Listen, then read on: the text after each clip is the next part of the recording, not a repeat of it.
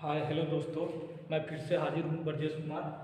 जो मेरा बीपीएससी और सीडीपीओ के लिए जो मैराथन कोर्स चल रहा है उसमें मध्यकालीन भारत का संकलन काल है। इसमें आज हम लोग तुगलक वंश और फिरोज शाह तुगलक के बारे में देखेंगे। जो पिछला वीडियो में मैंने जो बनाया है उसके आगे नेक्स्ट पार्ट को हम लोग कंटिन्यू कर रहे हैं। तो इसमें हम लोग देख रहे हैं गयासुद्दीन तुगलक वंश की स्थापना 1320 से 1398 ईस्वी तक तुगलक वंश रहा। और तुगलक वंश में गयासुद्दीन तुगलक, जिसको गाजी मलिक, यह क्या किया कि गाजी मलिक गयासुद्दीन तुगलक इसका पूरा नाम था। अलाउद्दीन, इसने क्या किया कि अलाउद्दीन व्यवस्था को लागू रखा। अलाउद्दीन का जो व्यवस्था था उसको इसने लागू रखा और भूमि पुनः अमीरों में बांट दिया। भूमि जो क्या किया था कि अलाउद्दीन ने जो ले लिया था अमीरों से, उसको फिर से इसने क्या किया कि अमीरों में बांट किया। इसके समय में 29 बार मंगोलों से संघर्ष हुआ। इसने 29 बार मंगोलों से संघर्ष किया। इसका नहरों का निर्माण सिंचाई के लिए इसने पहली बार करवाया। अब देखिए मोहम्मद बिन तुगलक, फिर इसके बाद आता है गयासुद्दीन तुगलक के बाद मोहम्मद बिन तुगलक 1325 से 52 ईस्वी तक। जूना खान मोहम्मद बिन तुगलक के नाम से गद्दी पर बैठा। बुद्धिमान मूर्ख शासक के रूप में प्रसिद्ध है। यह काफी ज्यादा बुद्धिमान था, काफी ज्यादा पढ़ा लिखा था, लेकिन इसकी जो कुछ कार्य जितना भी हुआ वह सभी फ्लॉप रहा। तो इसीलिए इसको क्या किया जाता है कि बुद्धिमान मूर्ख शासक के रूप में प्रसिद्ध है। यह कर वृद्धि कर दिया, टैक्स बढ़ाया। अकाल और प्लेग से निपटने के लिए इसने कर और टैक्स की वृद्धि की थी। इसने राजधानी को परिवर्तन कर दिया, दिल्ली से देवगिरी ले गया, जो इसकी सबसे बड़ी मूर्ख वाला धंधा थी, क्योंकि इसने बाद में फिर से देवगिरी से दिल्ली की राजधानी लाया। इसने क्या किया कि सांकेतिक मुद्रा जो हम लोग नया दौर में, अभी के दौर में जो सांकेतिक मुद्रा चलता है उसने क्या किया था उस समय में ही 1325 से 52 ईस्वी में ही उसने सांकेतिक मुद्रा चला दिए थे। तो इसका कारण क्या हुआ कि सांकेतिक मुद्रा चलने के कारण जो मुद्रा जो मार्केट में गए उसके बहुत तरह का डुप्लीकेट बनने लगा। और डुप्लीकेट बनने लगा, जैसे सोना का बन रहा है तो सोना का जो असली था वो कहीं और उसके डुप्लीकेट बन करके मार्केट में उसी के आधार से चलना स्टार्ट किया। तो इसीलिए सोने का भंडारण जो भी उसके पास जो पहले जो एक्चुअल जो सोना चांदी होना, तांबा होना चाहिए, वह सिर्फ सांकेतिक में था। तो इसने क्या किया कि गलत तरीका से लोगों ने इसका उपयोग करना स्टार्ट किया। जैसे सोना एक सांकेतिक मुद्रा के रूप में उसको उपयोग करना था, लेकिन लोगों ने क्या किया कि उस सोने का क्या किया कि गलत तरीका से उपयोग करना लगा। खुरासन अभियान, इसके समय में खुरासन अभियान हुआ मध्य एशिया में। और कराची अभियान जो कुमायूं पहाड़ियों पर हुआ। इतिहास इसे रक्त पिशासु और स्वप्नशील व्यक्ति करता है। इतिहास इसे रक्त पिपासु और स्वप्नशील, यानी ये गुरु टाइप का भी व्यक्ति था। और यह स्वप्नशील, या पहले जो होने वाला था उसके भविष्य के बारे में पहले सोच करके उस पर कार्य कर लेता था। कृषि के लिए दीवाने कोही, इसने दीवाने कोही कृषि के लिए चलाया। मोरक्को यात्री इब्न बतूता 1333 ईस्वी में इसी के शासनकाल में आया था यहाँ पे। उसके बाद इसने इब्न बतूता को दिल्ली का काजी बना दिया तथा चीन में उन्होंने अपना राजदूत के रूप में इसको भेजा। दक्षिण भारत में विजयनगर एवं बहमनी साम्राज्य की स्थापना इसी के शासनकाल में हुआ था। और लास्ट में अंतिम में देखते हैं कि उसकी मृत्यु पर बदायूनी लिखते हैं कि अंततः लोगों को उससे लोगों से मुक्ति मिली। तो इस तरह से हम लोग देखते हैं कि मोहम्मद बिन तुगलक का जो शासन व्यवस्था है वह किस तरीका से रहा। अब उसके बाद हम लोग देखते हैं फिरोज शाह तुगलक 1351 से 1388 था। 1351 में ठट्ठा जो अफगानिस्तान में पड़ता है राजा अभिषेक हुआ। इसको MBT मोहम्मद बिन तुगलक बोलेंगे। मोहम्मद बिन तुगलक MBT, इसको ज़्यादा पढ़ा लिखा व्यक्ति था इसीलिए इसको MBT इंग्लिश में लिखते हैं, मोहम्मद बिन तुगलक।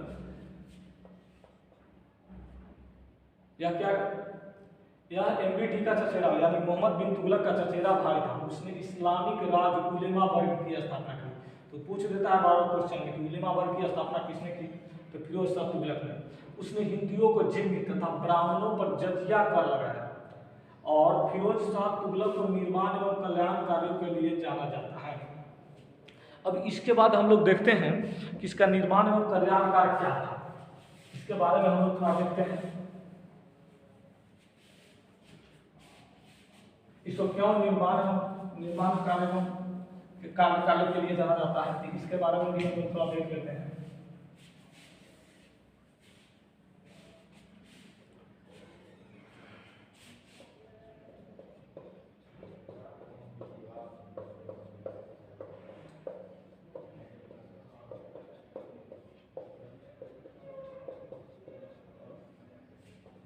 निर्माण एवं कल्याण। निर्माण कार्यों में इसने 24 करों को समाप्त कर दिया और 4 प्रकार के कर को इसने चालू किया था। 24 जो कर था, 24 प्रकार के कर, 24 प्रकार के करों को समाप्त कर दिया। समाप्त कर 4 प्रकार का कर इसने स्टार्ट किया। 4 प्रकार के कर स्टार्ट किया। इसमें पहला था जजिया कर, इसमें दूसरा था, इसमें 4 प्रकार का इन्होंने कर, 4 प्रकार का कर इसने क्या किया। इसमें एक आपका दूसरा था खम्स, तीसरा था खुरासन, तीसरा जो था वो खराज, खम्स खराज, खम्स खराज, और चौथा जो इसमें था उस कर का नाम था, चौथा कर जो था वो जकात था, जकात।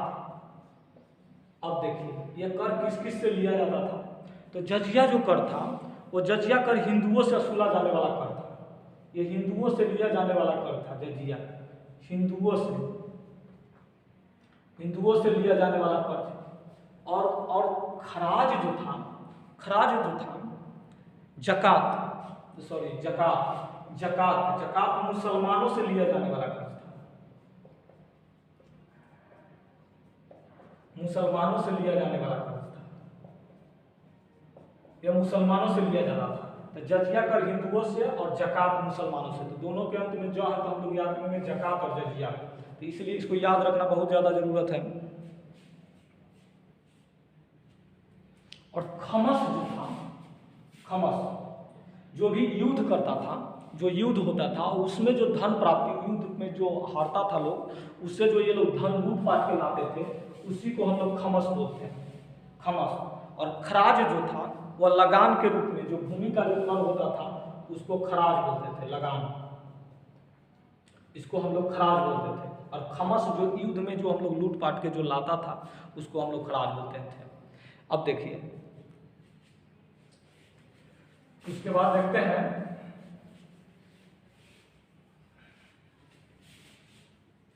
निर्माण। निर्माण, निर्माण उसने क्या क्या किया था इसके बारे में भी हम लोग देख लेते हैं। दीवाने बंदागान दास,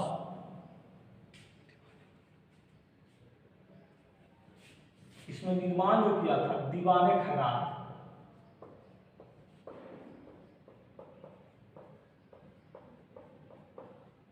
दीवाने खैरात, दीवाने खैरात का इन्होंने क्या किया था कि दीवाने खैरात का मतलब था कि किसी भी आदमी का आर्थिक रूप से कमजोर है तो उसको सहायता करना, आदमी की आर्थिक सहायता देना। तो इस तरीका से इसने बहुत सारा काम किया था। उसके बाद दारुल सफा, दारुल उल सफा, दारुल उल सफा अस्पताल था, अस्पताल यानी कि चिकित्सा का व्यवस्था भी इन्होंने, इसका भी व्यवस्था इसने किया था। दारुल उल सफा और दीवाने खैरात, दीवाने खैरात जो था वो आर्थिक सहायता, दारुल उल सफा अस्पताल चिकित्सा के लिए जो व्यवस्था, मुफ्त चिकित्सा के लिए, जो मुफ्त जो चिकित्सा होता है उसके लिए इसने व्यवस्था करवाया था। उसके बाद लोक निर्माण के में देखते हैं, लोक निर्माण, इसके तो निर्माण हो गए। उसके बाद लोक निर्माण के लिए इसने क्या किया था,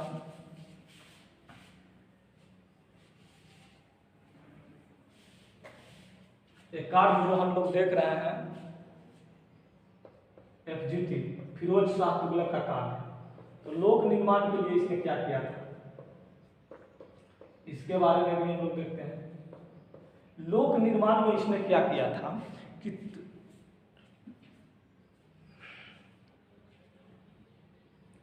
इन्होंने क्या किया था कि नहर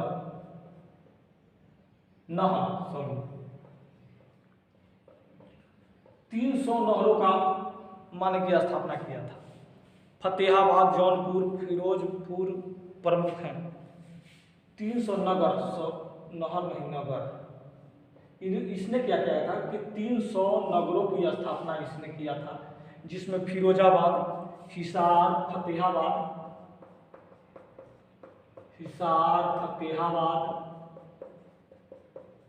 और फिरोजाबाद, इस सारे शहरों का जो निर्माण है वो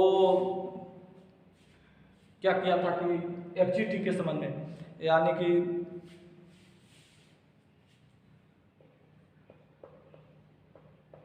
एफजीटी के समय में हुआ था, यानी कि फिरोज शाह तुगलक के समय में हुआ था। इसने नहर, 5 नहर का इन्होंने 5 नहरों का भी व्यवस्था करवाया। 5 नहर में था नहर, तालाब, कुएं आदि का इन्होंने व्यवस्था करवाया। 5 गो नहर, तालाब, कुआं इत्यादि के व्यवस्था करवाया। इसकी सबसे अच्छा सुनहरा कार्यकाल रहा।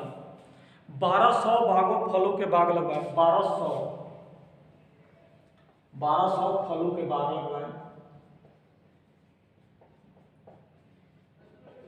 बाग को लगवाया, 1200 फलों के बाग को लगवाया। उसके बाद इन्होंने क्या किया कि अनुवाद विभाग की स्थापना की। उसके समय का मुख्य वास्तुकार मलिक गाजी शाहना था। इसके समय का मुख्य जो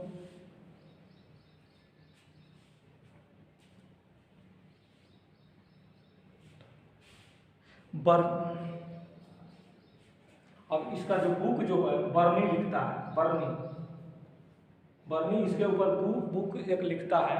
यह है तारीफ़े फिरोज शाही। तारीफ़े फिरोज शाही, तो इसलिए इस बुक को भी याद रखिएगा, तारीफ़े बर्नी का लिखा हुआ है तारीफ़े फिरोज शाही। और जो अंतिम जो इसका शासक होता है नसरुद्दीन मोहम्मद तुगलक,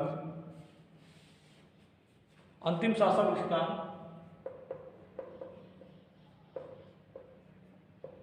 नसरुद्दीन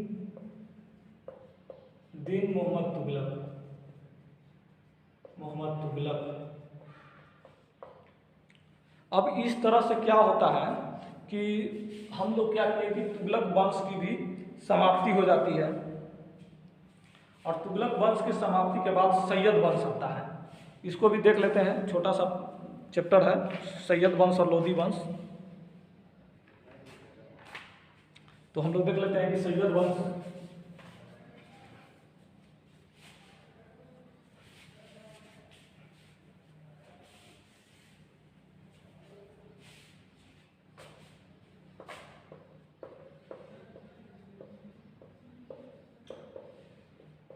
सैयद वंश 1414 से 21 तक इसकी शासन व्यवस्था रहती है। इसको रैयत आला, यह क्या करता है कि शासन व्यवस्था होता है रैयत आला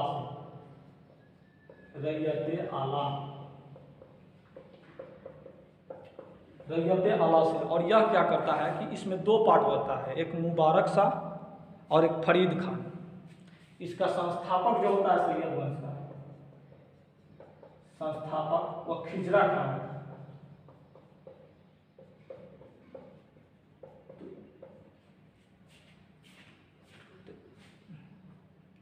क्या है कि इससे विशेष क्वेश्चन पूछ लिया जाता है कि सैयद वंश का संस्थापक कौन था, तो खिजरा खान सैयद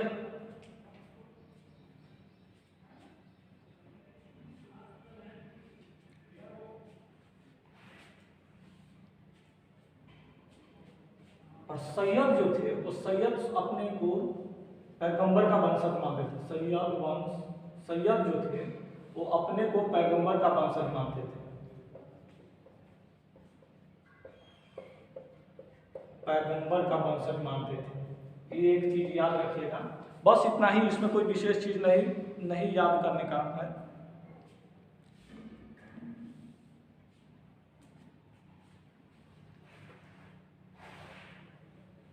उसके बाद फिर सैयद वंश हो गया, उसके बाद आता है लोधी वंश। इस सब में भी ज़्यादा नहीं पढ़ना है, इससे ज़्यादा क्वेश्चन नहीं आता है। जो लोधी वंश के जो संस्थापक थे वह बहलोल लोधी, लोधी वंश के संस्थापक को बहलोल लोधी। इसमें दो चीज एक पढ़ना है, बहलोल लोधी, बहलोल लोधी, और दूसरा सिकंदर लोधी, सिकंदर लोधी। इसके थोड़ा थोड़ा कार्य है, इसके बारे में हम लोग थोड़ा देख लेते हैं, जिससे क्वेश्चन कभी कभी बन जाता है, तो इसके बारे में हम लोग देख लेते हैं। यह 1451 से 1526 तक इसका शासन काल रहा। इसमें हम लोग बहलोल लोधी में देख लेते हैं। बहलोल लोधी जो था वह बहलोल सिक्का चलाया था। इसका एक सबसे इम्पोर्टेंट है, यह बहलोल नामक सिक्का चलाया था, बहलोल नामक सिक्का।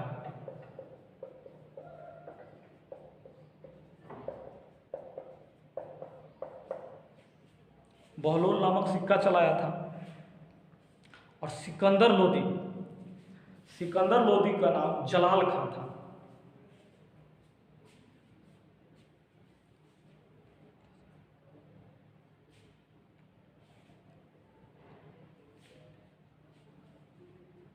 और इसका सबसे प्रतापी शासक सिकंदर लोधी था।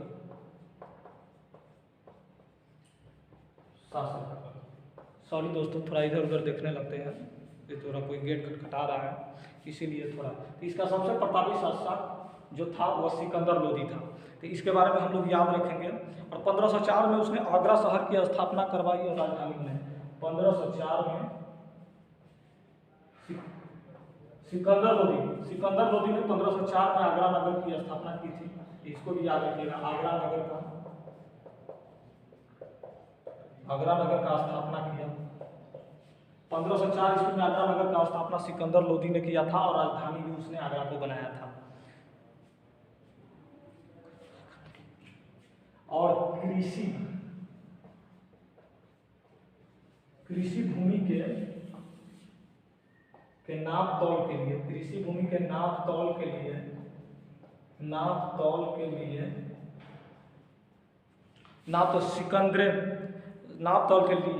गज ए सिकंदरी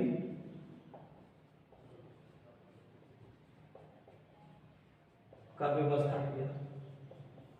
गज ए सिकंदरी का व्यवस्था इसने किया। और इसका अंतिम शासक इब्राहिम लोधी हुआ। अंतिम शासक इब्राहिम लोधी अंतिम शासक। इसका अंतिम शासक इब्राहिम लोधी हुआ। और इसने 21 अप्रैल 1526 का पानीपत का युद्ध हुआ। इसमें मरने वाला प्रथम सल्तनत इब्राहिम लोधी था।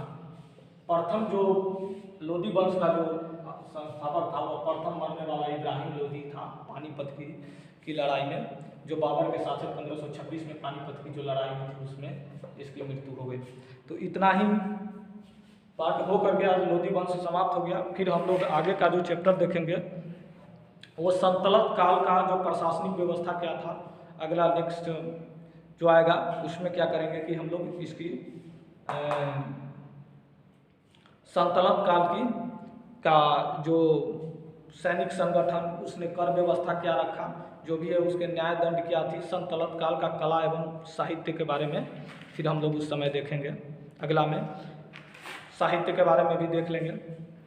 तो इसमें बहुत कम है, एक वीडियो और बनेगा उसके बाद ख़त्म हो जाएगी। तो ठीक है दोस्तों, आप देखते रहिए मेरे चैनल SL प्रीलिम्स का। हम आपके लिए बहुत सारा मेहनत करते हैं और आप भी हमारे लिए कुछ कीजिए। आप हमारे चैनल को लाइक और सब्सक्राइब जरूर कर दीजिए।